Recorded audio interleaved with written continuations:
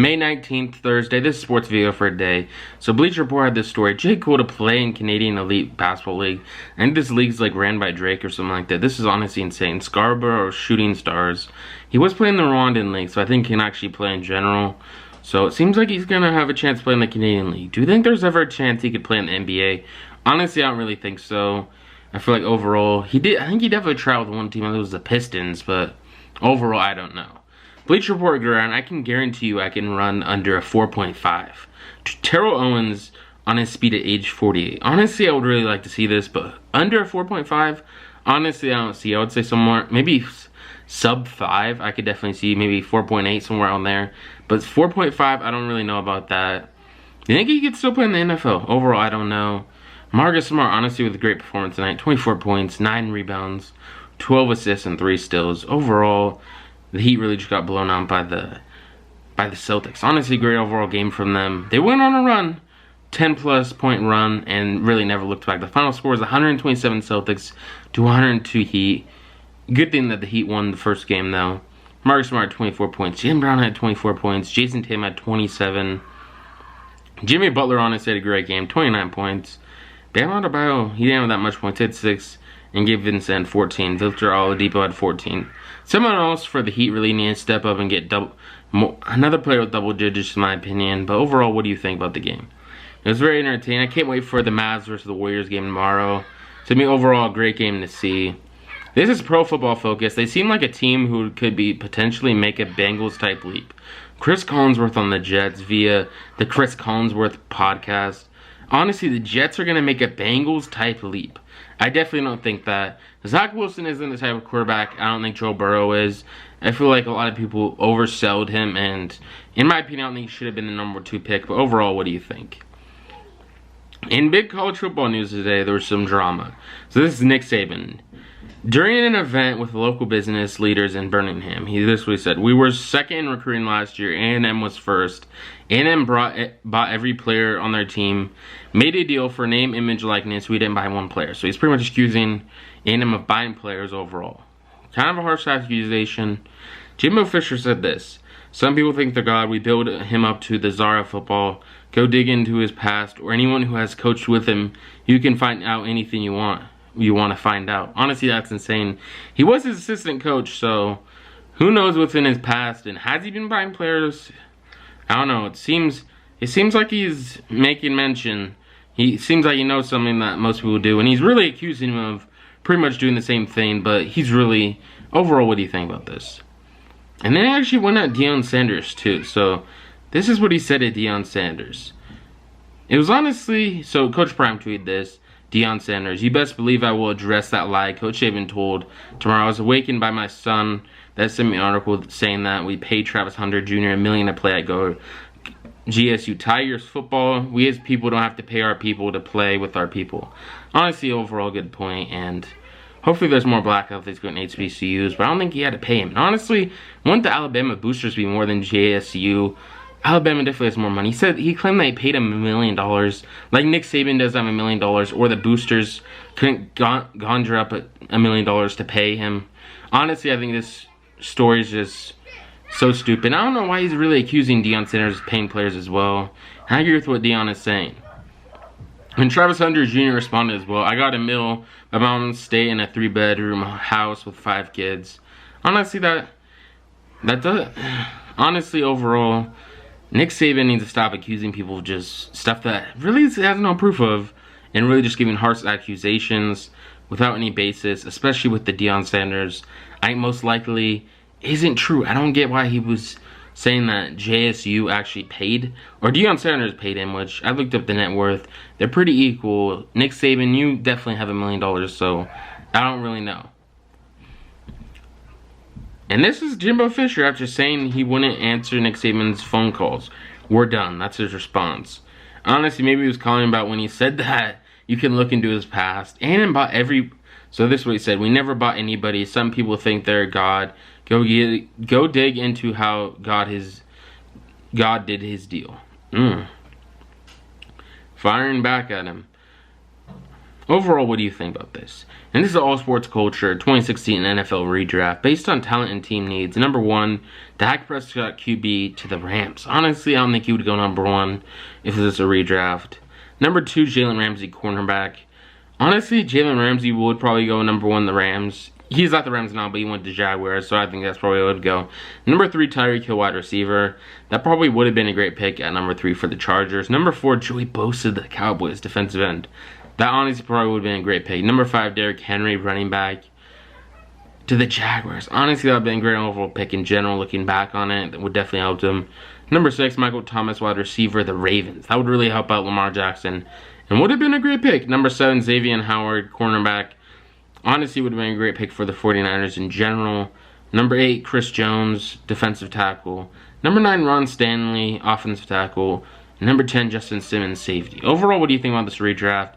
Most people are saying Dak wouldn't go number 1, which honestly I agree with that. But what do you think about that?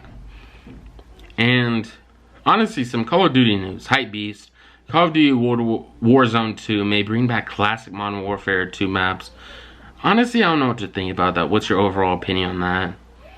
But overall, going back to the whole Nick Saban really accusing Deion Sanders of paying players. Honestly, I don't really like that connotation I gave him. And like he said, we don't pay our people to play for our people. He wanted to come to HBCU and bring his star level to a place that really needed it. And if he really was looking for the money, he probably would have went to Alabama, where he would be on TV every week and really wanting an NIL deal. So overall, I don't really believe what he's saying. Nick Saban's just mad that he went to an HBCU instead of Alabama, even before there was committed to Florida State. So I don't think any of what he's saying makes any sense. And then in other news, Sports Illustrated, Philadelphia City Council names Joel Embiid the most valuable Philadelphian. Honestly, this is pretty insane. It seems like just a weird award to give him, but overall, I think he should have won the MVP. But what do you think? And this is what Bleacher Report. He's gone. He don't want to play second fiddle. LeVar Ball and Zach LaVine's future at the Bulls. Honestly, that's pretty insane. So Zach LaVine might leave the Bulls. Honestly, I think that would be an overall bad move for Zach LaVine and definitely just make the team more soft. But what do you think? And then Jalen Ramsey wide receiver matchups.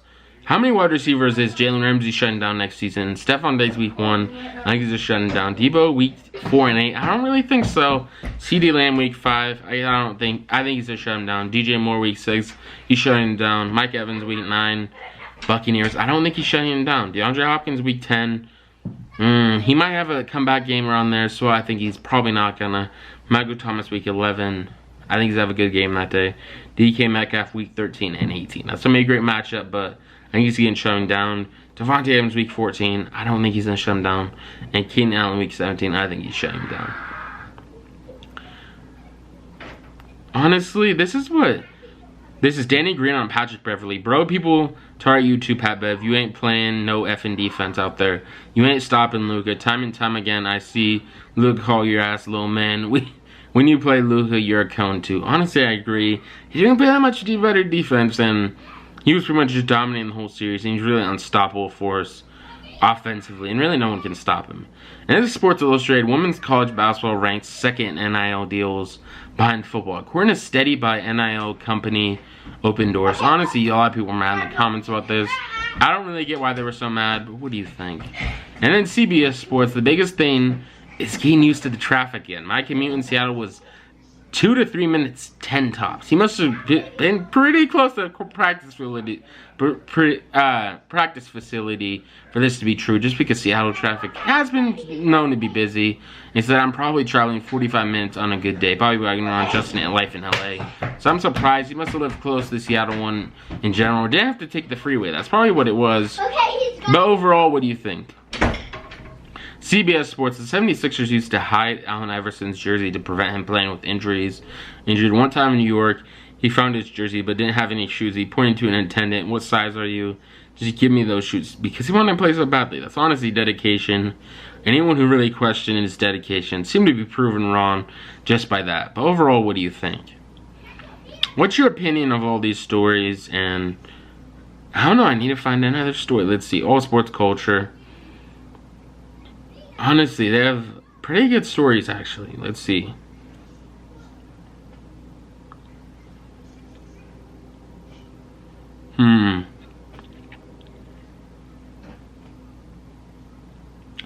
Oh, 2017 NFL redraft. Got this one.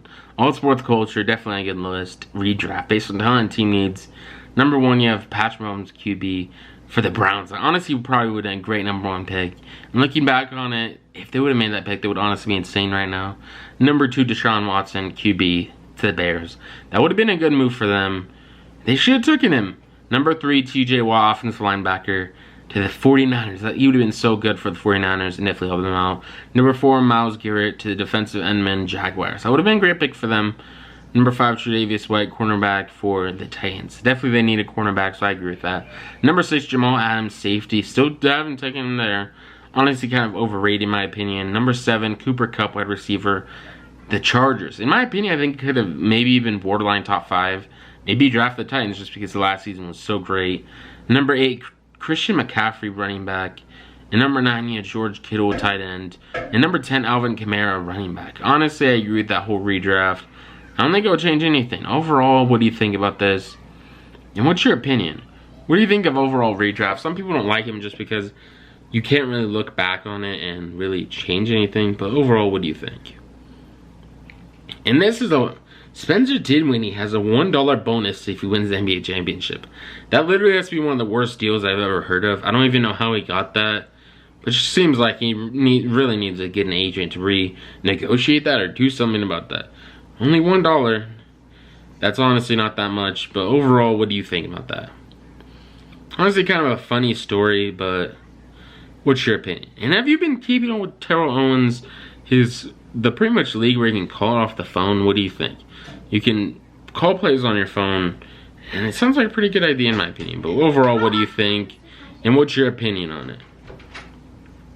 This story is coming from Comic Book. Honestly, if you go on here, you get a lot of overall movie news, and it's definitely a good place to see. New Daredevil series in the works for Disney Plus. Honestly, I can't wait for this. I really like the first Daredevil. The CW reveals first look at the Gotham Knights. The CW's DC-inspired comic television series has arrived. Honestly, not a lot of positive feedback. A lot of people hate the CW just because it's kind of cringy overall and don't like the Flash or any other characters. So overall, what do you think about this? And some people were talking about CBS, that they wanted them to do it, but overall, what's your opinion? Star Wars executive on Rey Kenobi theory was pretty much off the table. Honestly, they didn't do it because of the Jedi Code. Honestly, I think that probably would have been a good storyline, but how would it have really worked? The timeline wouldn't really have matched up. I guess in Mandalore he did have someone, so it should have to be Mandalorian. I don't know, maybe over at the time, but would it be when it was Grandpa? I don't really know. I don't really know how long that would be. Like, would it be his son? Something like that through a connection. But overall, what do you think?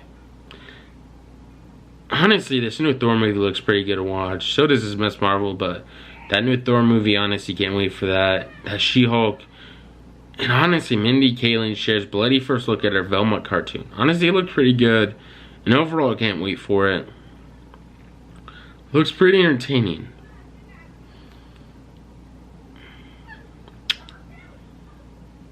What do you think? Hayden Christensen says the lightsaber duels in Obi-Wan Kenobi are similar to the prequels. I wonder if the choreographer is the same. Overall, what changed with it? But what's your opinion on the choreography in the last movies? Comment down below, like, subscribe. This is the end of the video. What do you think? Comment down below.